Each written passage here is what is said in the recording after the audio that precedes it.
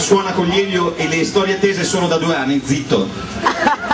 Il fatto di essere qui gratis non ti autorizza a dire quello che vuoi tu.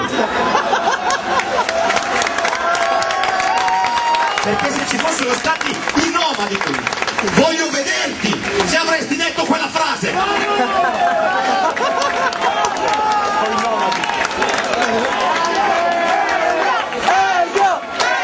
Non ho niente da invidiare a un Danilo Sacco, va bene? Cantante. Da invidiare a un Danilo Sacco.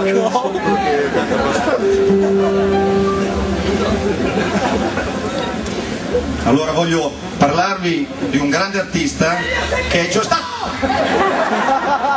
che per il fatto che suona solo da 2 anni con gli Elio e le storie tese, questo non vuol dire niente, in 2 soli anni ha soppiantato il ricordo di Rocco Tanica. Non è vero! Del rock.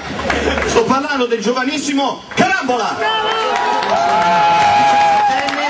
Proviene dal ballo liscio, è nato proprio qui in zona, a Uzzara, ed è stato allevato dai genitori amanti di ballo liscio. È stato obbligato fin dall'età di 3-4 anni a indossare la macchinetta, ma non quella per i denti, quella per la voce.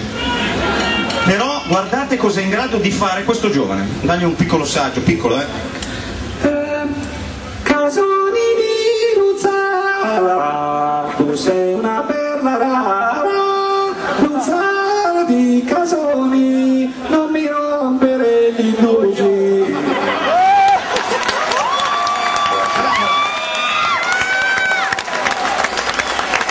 Molto bravo. Il difetto di tutto questo è che lui anche quando parla con quella stessa voce. Adesso il giovanissimo Carambola ci canterà una canzone di sua composizione intitolata Spammer.